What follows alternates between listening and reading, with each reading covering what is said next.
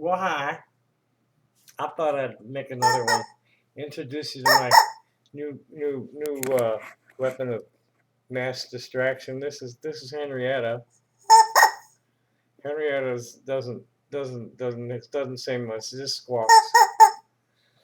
I thought I'd play some more um, before I went to bed, just to show these idiots that they're idiots.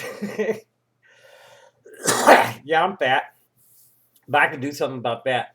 Y'all are stupid. There's no cure for that. I'm working on it too. I'm down to almost. I'm down to around 200. Hopefully, I can get below that this week. I'm not eating much.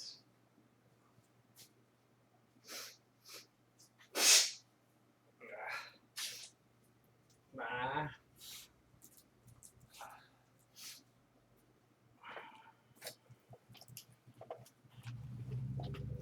Maybe I'll read a few conversations I'm having. These people think I don't ever talk to anybody but them,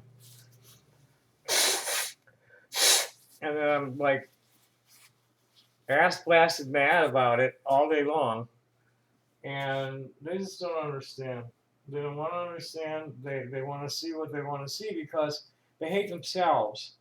And by projecting it out on me, it makes them feel powerful when they really are just pathetic brats. Mostly, Sneasel is 20 something living in his mother's basement.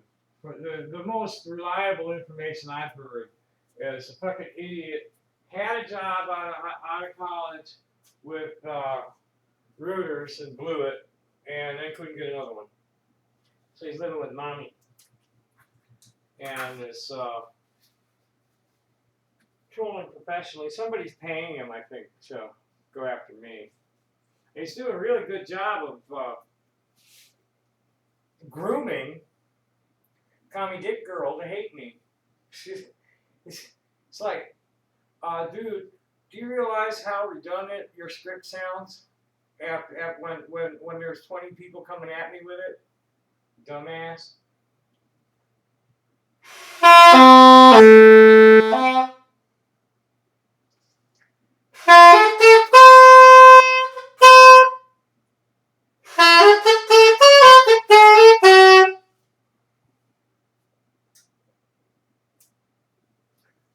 want to get this thing righteously tuned. Okay, let it go. Fuck. Oh, shit.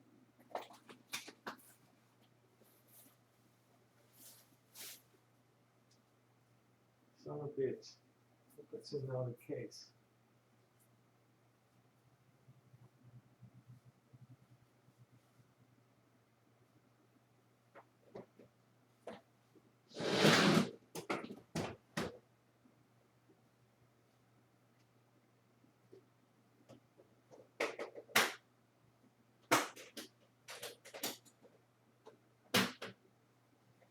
Son of a bitch. So I fucking lose it. Fuck. I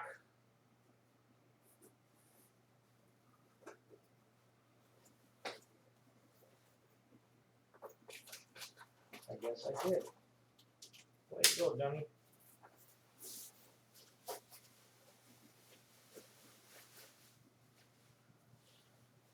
At least that's still there. Shit.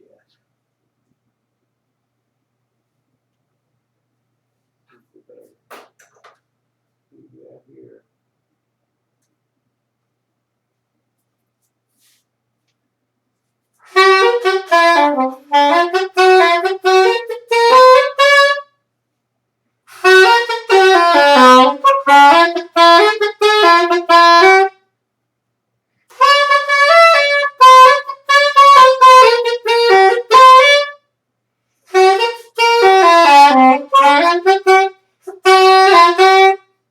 Okay, that's going nowhere.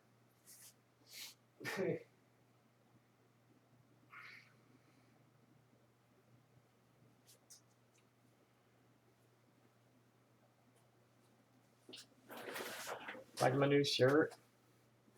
Thrift store score. $2.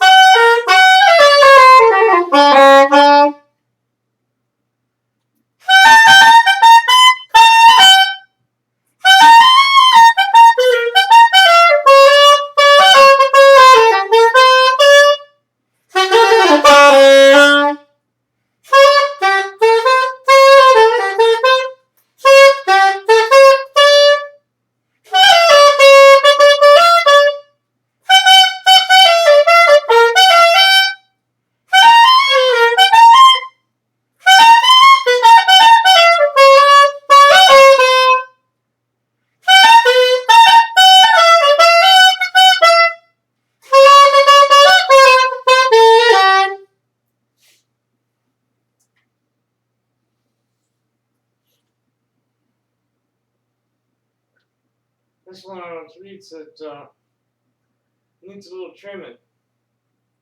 It's a little thick on the edges. And I do that just by, can you see it? I just scrape it with my fingernail a little bit on the sides around the center heart, getting the sides down closer to the heart of the reed so that they vibrate better.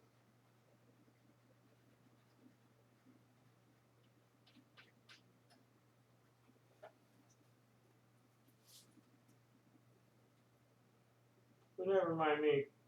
You can go learn all this from a third seat sixth grader. Just ask any Kiwi farmer. Oh, but I'm asked Placid about it. Yeah, children, I'm 67 years old. You have no idea what I've seen in this world in the last 67 years.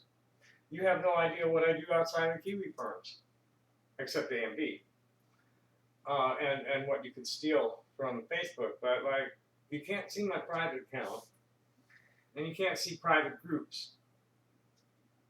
And apparently you're not following around to my friends' walls. Most of them have them set to private anyway, which is where I do most of my communicating, or in complete private messenger. So what you're looking at is incomplete data that you're extrapolating irrationally by injecting your own fucking fetishistic interests into the story. You don't, and none of you realize how stupid that looks.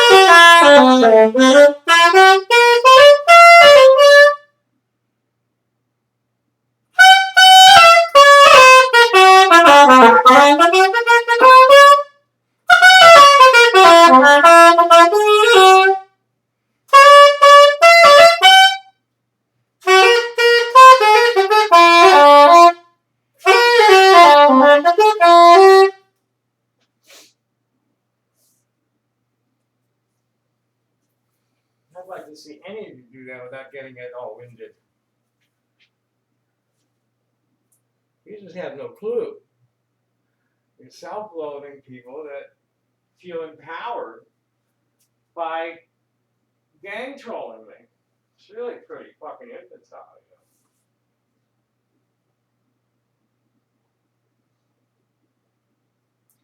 And yeah, guys, I'm not waving my arms around, getting all wired up like that because, like, I've been on the hormones for 6 years, and you have a harder time getting time out.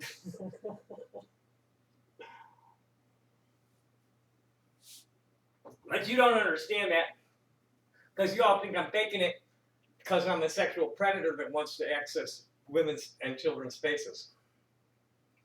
And you're going to take this and you're going to clip that out as if I just admitted to that. And you think that's credible?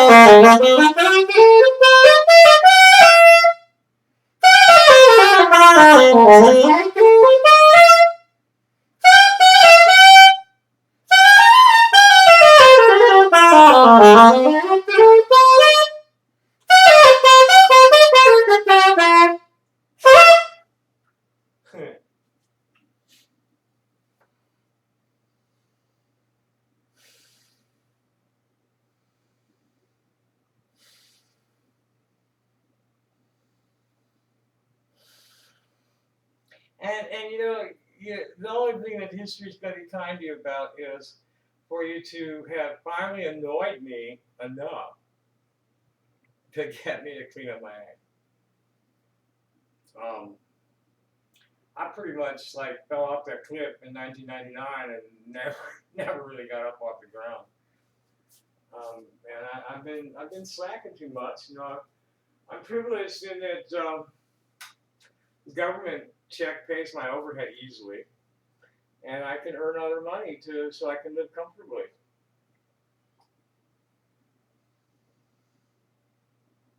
And what happens is that you just don't understand how difficult it is for someone like me to cope with having a sex organ that doesn't match what my brain wants. Okay? You folks will never understand that unless you experience extreme gender dysphoria yourselves. And I could have been angry and unhappy about everything all my life. I have few regrets. I regret that I didn't have more patience with my parents. I regret I didn't have more. There are only two things I really regret: is I didn't have more patience with my parents and lost my relationship with my family. Where it stands now is I can visit my mother anytime I want to. My sister doesn't want anything to do with me. And it's her fear, and I'm working on that. Same with my brother. I'm me. And I have a lot of respect in the world for what I've done. And I respect a lot of people for like what they've shared with me. I mean, I owe people for my life and my happiness and my understanding to the world. I mean, this is not things that just came bubbling up from the inside of me. These are things that were taught to me, things that I experienced along the way.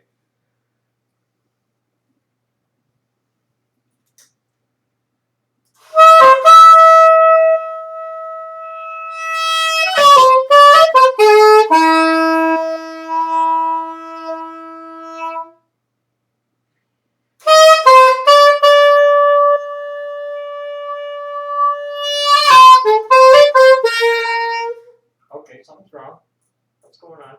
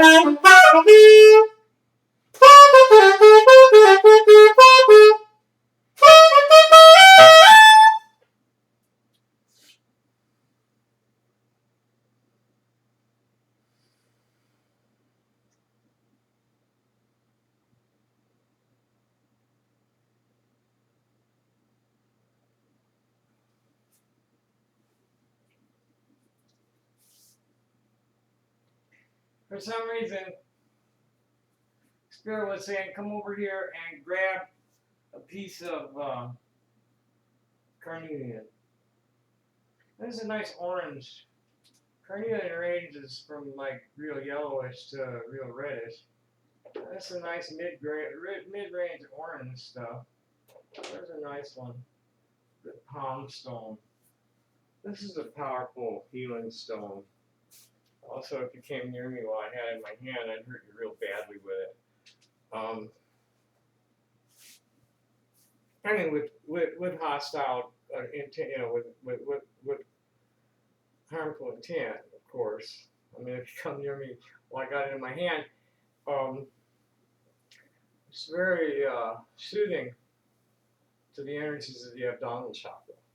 This is orange. This is the orange zone right here is your belly, and this is where orange stone works. It's in through here.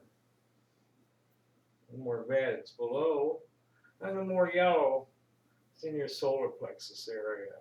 Your heart is green, and then your throat is sky blue color, aqua color, and then you've got the indigo, the cobalt blue and purple, the top.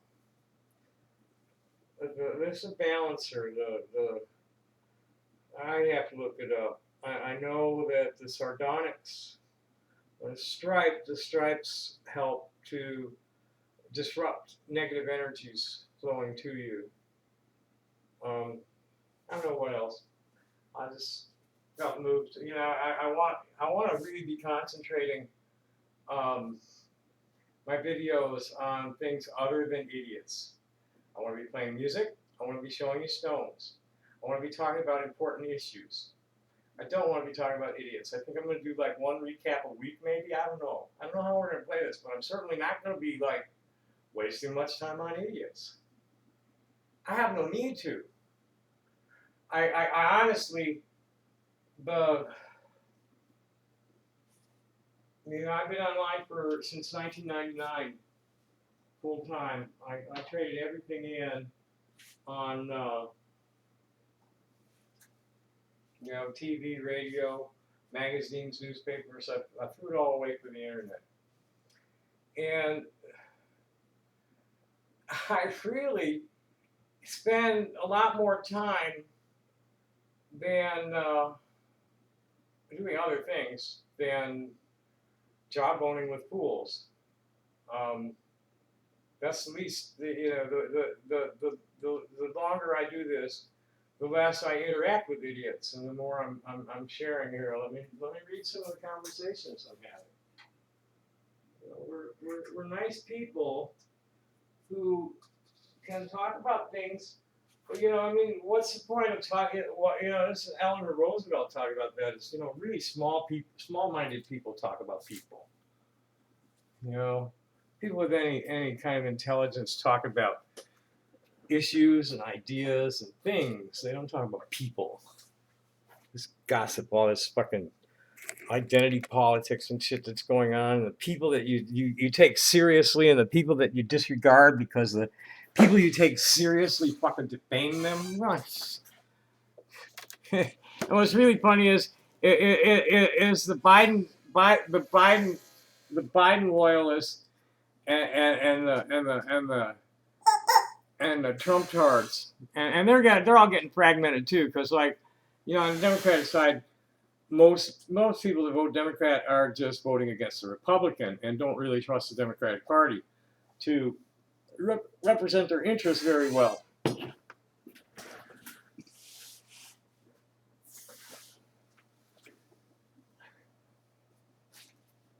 And then most of them are pretty much disenchanted and don't really participate in the legislative process, which allows the moneyed interests to get in their pockets and sway the vote. This is why all these bills are stalled right now. He's got that fucking bitch cinema in bed with Raytheon and all the defense contractors and shit out here, and then Mansion out there in West Virginia in bed with the coal industry. And they're blocking everything.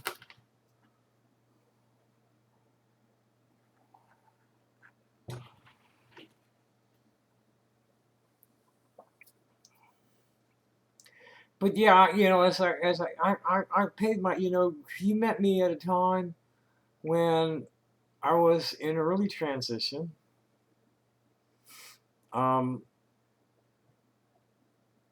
Where I hadn't really totally found myself and gotten into the groove I'm in now. And you try to just, you've done nothing but try to disrupt my life without really, anything rational to go on, which is, more power to you. But guess what? I'm not schizophrenic. I'm eccentric. I'm extremely intelligent, whether you want to admit that or not. I have a hard time hiding that. I have to act stupid just to not get stupid people angry at me for not being able to understand what I'm saying. I've always had to watch my language so that I used words that people could understand and wouldn't get angry at me. And, no matter how stupid you tell me I am, you're in the minority. So let's look at some of the things that, let's look at some of my notifications. I read, these people think I get no attention anywhere. Up there. So let's see what's going on in my notifications.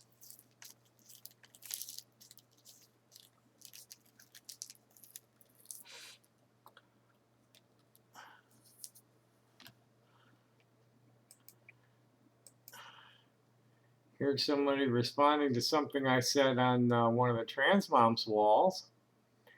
And she's here. We should read this whole fucking thing. This is one of those things I didn't get a chance to read. This is all about the rampant rape of women in sports. Coercion and rape. What's going on here? This here is the horrific cost. This is CNN opinion from the first. Horrific costs of not hearing what women athletes are telling us. Now, I'm going by what the Olympic. I'm not familiar with this at all. I was reacting to the Olympic gymnastics girls and what they were saying about their coach. Boys, a pediatrician told me years ago as he checked the staples in my young daughter's head a few days after a playground incident, don't get in trouble for throwing stones until they hit somebody. Maybe we shouldn't take her wise words up a notch. Boys don't get in trouble for throwing stones until someone exposes just how many people they've hit. Otherwise, the system remains the same, a system like so many others that lets these things happen and finds ways to justify working around them. Everyone is shocked, everyone is appalled, everyone feels bad for the victims. But no one does anything beyond changing the playing field and moving the players.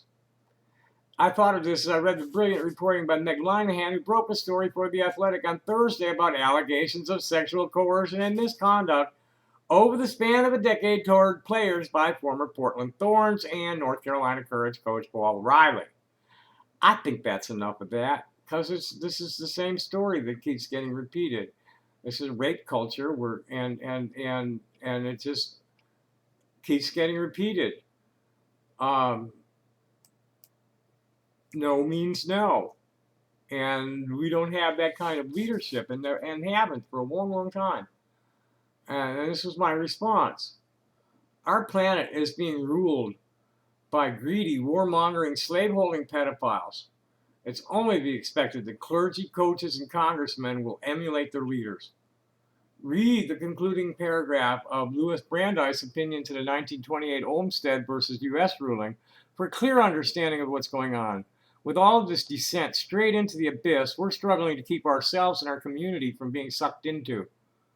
The corrupted government, as the omnipresent teacher, has invaded the privacy of people's minds and ability to reason to the extent that they will commit crimes of their own, assuming justification for it because their leaders are doing it, and send their kids off to commit mass murder against a foreign innocent population so that corporations can exploit their resources to feed our gluttony. Oil, metal, drugs, and guns, and big profits for the billionaire CEOs. This is just one zit on the mocky face of humanity today, albeit one of the fattest, most pus-filled ones of all, right up there behind the boarding school atrocities.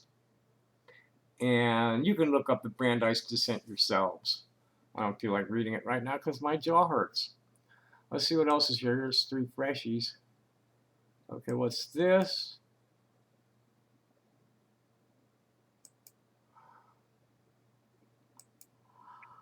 What is this? Oh, yeah, this is, there's a commercial music education organization called Musicians Unite. And I get into a lot of conversations on their page. I don't want to read this. It's not important enough to read. It's just nice, interesting things. People, here's,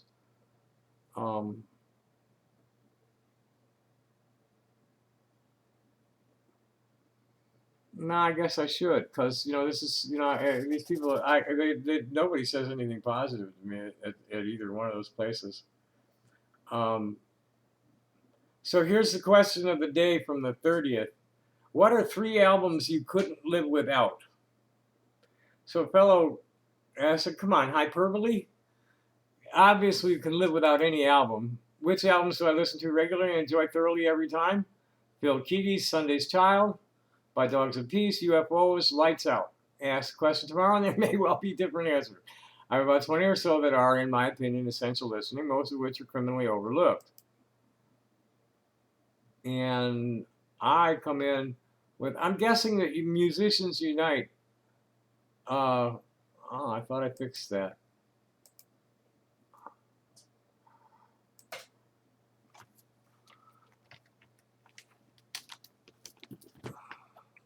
He got upset with me, the owner of the page, because there's a Musicians United. There it is. I'm guessing that the Musicians Unite crew is real young.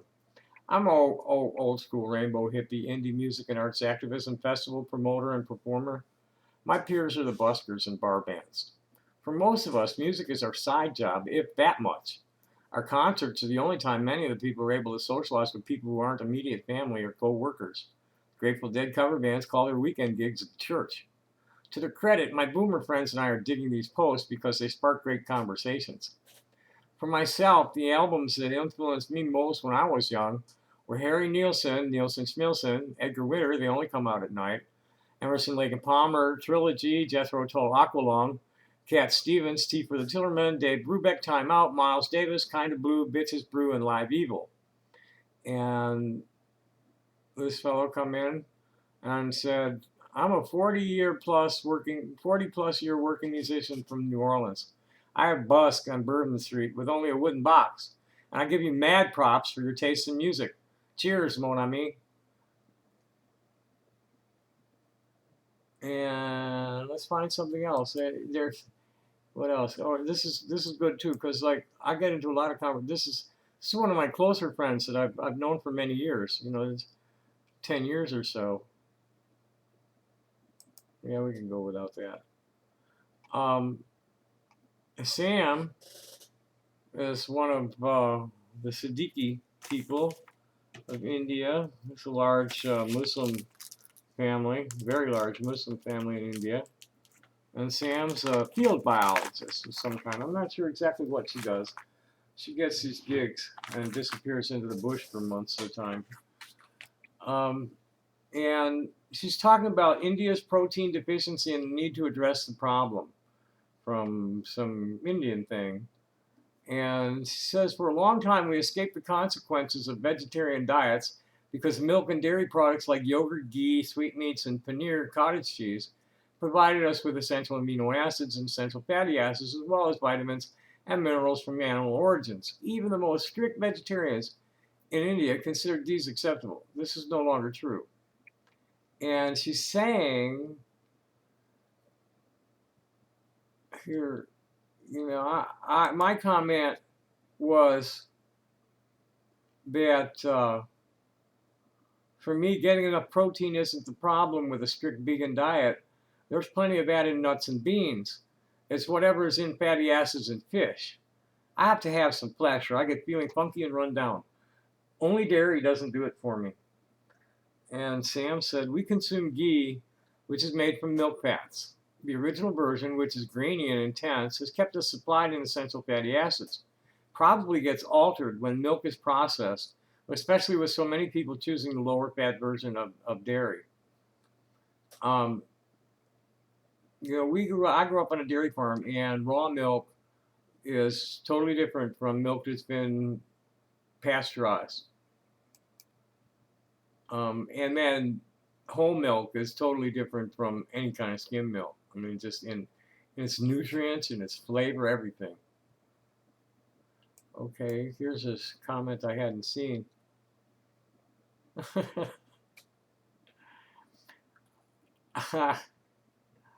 I don't know how to talk about this, so I won't. I have some kinky friends, and they make some kinky posts that are cute kinky. They're not like gross kinky, they're cute kinky. And I've been sharing them, but I also have a lot of prudish friends. So I like to keep it, you know, I don't like to offend anybody unnecessarily.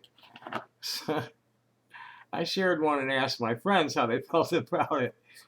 I don't know how to talk about this, so I'm not going to try. It's just too weird. It's kinky and weird. Well, no, I will. Try to picture 4 dildos arranged in an X. And the invitation on the picture says, needing 3 friends for a ritual, no weirdos, please. It's like, I'm wondering, like, how in the fuck can 4 people go cheek to cheek with dildos up their asses without being weird in the first place? Personally, butts are for egress, not ingress. I don't want anything coming up my butt. I just, there's something about having things in my butt that really, I don't even like, you know, when a lover is playing, you know, with your finger in there. It's like, nah, I don't think so.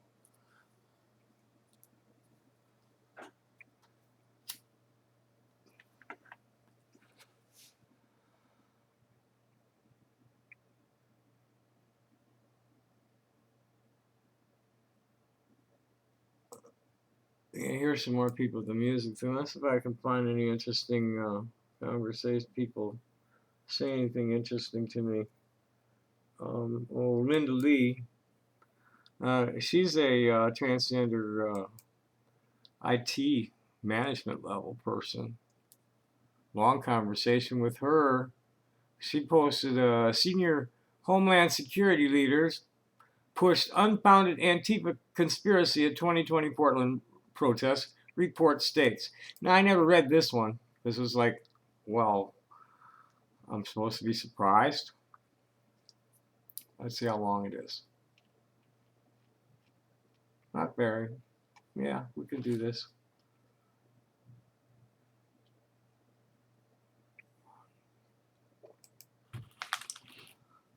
So we were talking about that, and it got off to gerrymandering, all kinds of things.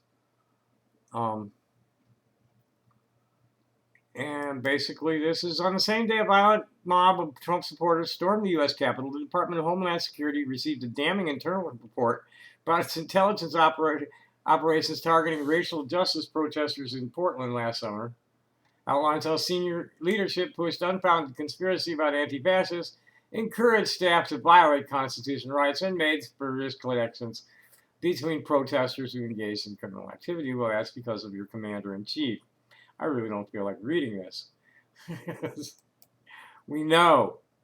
I was covering Standing Rock, and I remember Kent State and Chicago and all these kinds of things. We know.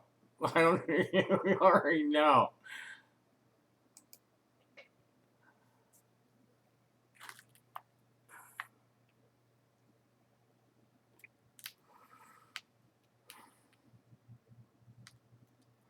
This is an interesting conversation that got into on Johnny Danger's wall, where a sister said, well, everything is on fire. He had posted a quote that said, you have to act as if it were possible to radically transform the world, and you have to do it all the time.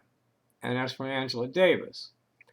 And the comment I saw that was on top at the moment. So, well, everything is on fire. And I had to be cute and say, not everything, Susan. A lot of places are flooding. And she said I was speaking figuratively. And I was stirring the cauldron of shit stew. I'm old hippie. The only time to do something about making things right is always the present. And we manifest the reality of our own desires. And she come back, absolutely, said one old hippie to another. And I say, it seems to me that the only folks who haven't gone insane in the past 10 years are hippies, queers, and indigenous people. But I'm all three of those, so I'm admittedly biased. My people are tribal people from Southeast Europe and Southeast Asia who came here as refugees in the 1880s. And she asked, do you mean Romani? That sounds like the region. So I'm I'm 1/8 Northern Ontario Cree. And it's a pleasure to meet you, Susan. We were originally Levantine Levites. We became Romani Jews on Dad's side after we left our ancestral lands, whenever that was. We have no records of anything prior to our arrival at Ellis Island. My mother's side came from that part of Eastern Europe that's always changing hands between the different empires called the Pale, designated for Jews under Catherine II in the late 18th century. By 1935, any that had not come to America were never heard from again. Only one aunt of my grandmother's, who married a Gentile prince, survived the war. My paternal great-grandfather was orphaned in a pogrom around the time of Wounded Knee. My placenta went into the sewage system at Michael Reese Hospital in Chicago, and my grandfather is buried in Rose Hill Cemetery in West Rogers Park. Dad's buried in Wisconsin, and lots of ashes got scattered in Lake Michigan. I want mine shot from a cannon off the seawall at Berry Avenue, where I grew up, encased in a dirt pod full of wildflower seeds. When I was a child, my dream body came and went from this world through the lower levels of Union Station downtown. My father and uncle used to jokingly call us the Wapakawi. I'm the second male child of the matriarch of our clan, but I'm a two-spirit male and use female identifiers. We've been here for 7 generations now, and all trace of our lineage was destroyed in the wars. My father passed on last year. For a fun plot twist, my brother eats at Pat Robertson's table. His wife is CBN's VP Marketing. He preaches the prosperity gospel with a master's in theology. Neither of us have left an issue. The space Jews are evidently ready to reveal themselves and step in to resolve this mess as soon as we show ourselves to be worthy of their intervention. But, and take notice of this, children, seriously, I have no way of knowing for sure if knowledge like this is channeled to me or is just a fertile imagination. And I don't care, because it gives me pleasure, it gives my friend pleasure, and it makes stupid people angry. I claim indigeneity from my family, though not federal recognition as a sovereign nation, but as indigenous Hebrew Israelite individuals. I get harshed on hard for the claim by angry young militant warriors, but Native medicine people accept me into their Facebook discussion circles happily because they learn about my ancestors from me. We're not colonizers, we're children of the earth, and my family has been good neighbors and conservators of the land. And she come back with utterly fascinating. My degree was in cultural anthropology, so I love hearing real stories. My family is mostly Northern Irish, but no culture handed down. I know nothing about my family's past other than my great-grandmother having been Cree. I don't even know if my mother knew of my father's origin. I was 58 when I found out. He may have suffered discrimination in Spokane, where he grew up, and became anonymous by moving to Seattle. And we left it at, I'm a street artist and met thousands of people all over America since I left Chicago for the first time to go to Tampa in 1975. I love hearing people's oral histories. I had a friend in the 90s and in Chicago who was a student of Margaret Mead's, who could get going for hours with a small group about the anthropology of their ancestors. See, these are things that you can't see, that apparently the keylogger isn't delivering to you for some reason, or you're just not paying attention to it. See what else is out there. Or let's go through my stack and see the shit that I've written today. Or just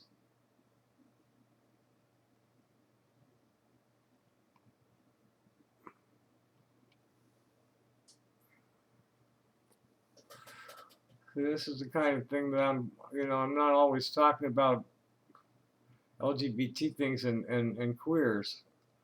Here's something a friend of mine posted about an old dog that there had been, a lot of rescue work done to get this dog placed, and they succeeded. And my comment when I shared it was, of all the reasons people surrender their dogs and cats to shelters, nothing bothers me more than the ones who are abandoned because they're too old. I'm glad more shelters are going to no-kill, so these animals are getting adopted out. And the World Peace Prayer says, lead me from death to life, from falsehood to truth. Lead me from despair to hope, from fear to trust. Lead me from hate to love, from war to peace. Let peace fill our hearts, our world, and our universe.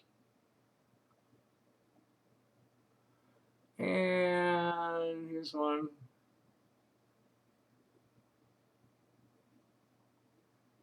Oh, I never shared my comments, so I won't. This is an important thing to understand, that you cannot make me angry.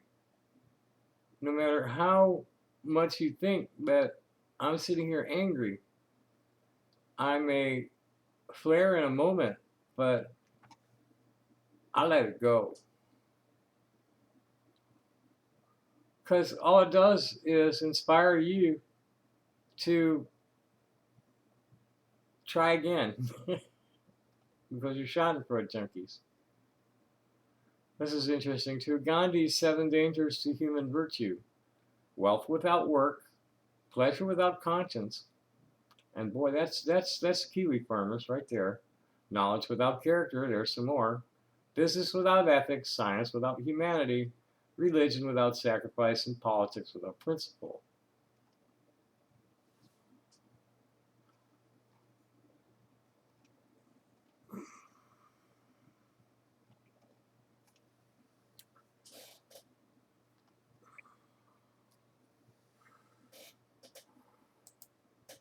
Here's the comment that I made to that senior Homeland Security thing. Are we supposed to be surprised? Video footage and arrest records from Minneapolis and nearly everywhere else clearly showed right-wing extremists breaking windows and starting the fires, inciting frustrated ghetto kids to follow on and loot. Spontaneous BLM demonstrations and assemblies that registered for permits were essentially nonviolent, and few serious charges filed against people who identified as BLM or Antifa. It was a right-wing nut job who torched the cop shop. Then that was Black Bloc anarchists in Portland recruiting street people. The Antifa.com was exposed as a front for Identity Europa. Walton and Cox money has been spotted in the mix financing the actions, particularly January 6th.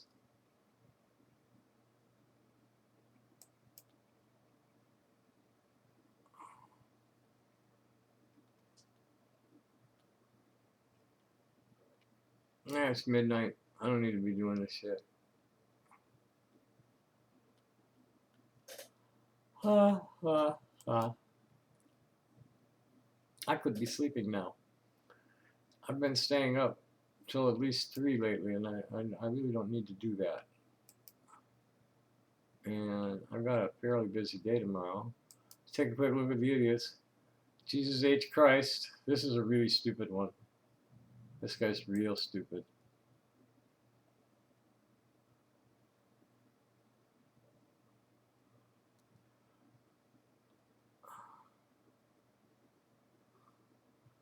There's real anti-Semitic.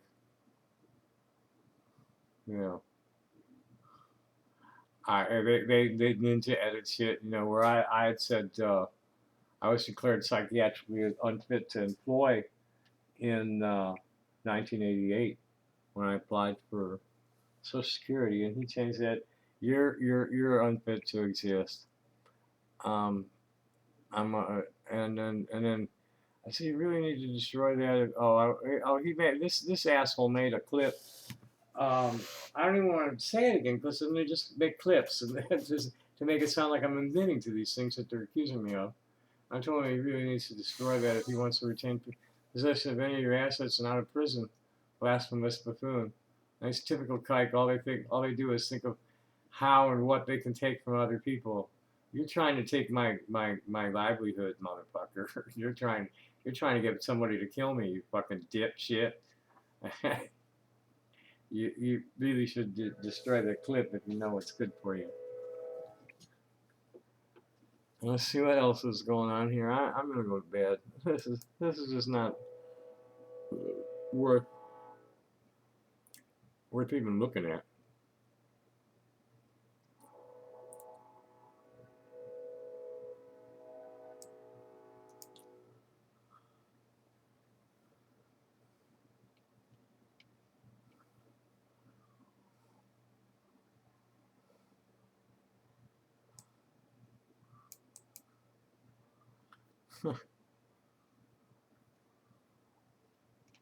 Yeah, these people are just absolutely incapable of being civil. They just don't know how to be civil. I posted something just for the fun of it, and, you know, are veterinarians more likely to survive the apocalypse than surgeons? Question was asked. Can we talk about how in zombie shows, movies, books, they always find a veterinarian and not a surgeon? Are veterinarians deemed more likely to survive the apocalypse? So here comes a veterinarian. He goes, "Yep. One of our professional skills is not being bitten by patients. We actually have a good broad knowledge base for both surgical, medical, and GP things. We're used to improvising equipment because a lot of stuff is just not made for animals. Meat safety is part of our training. Our cars are often full of equipment, especially in mixed practice. We probably weren't in the human hospital at the initial outbreak." And then somebody said, this post is deemed culturally, historically, or aesthetically significant as certified by the National Shitpost Registry. So here comes some dipshit named Blue Spark asking, why aren't you dead yet? Hurry up. Well, I'm in no hurry. Why don't you just I don't care. I'm not going to lower myself to the, telling them to kill themselves or any of this other shit anymore. It's like, nah, you're not part of my world. I don't think I'm going to join you in yours. Good night. Bye. This is disturbing. UPS cannot ship what I want. I have a very dear friend who's in New Zealand who can collect pua shells for me, but I got to pay the freight, and I'm not finding anybody who can handle them from New Zealand to here. We'll just put that away for now. We'll put that away for now. I think we're going to just go to sleep. Thanks for watching. Happy day. Bye.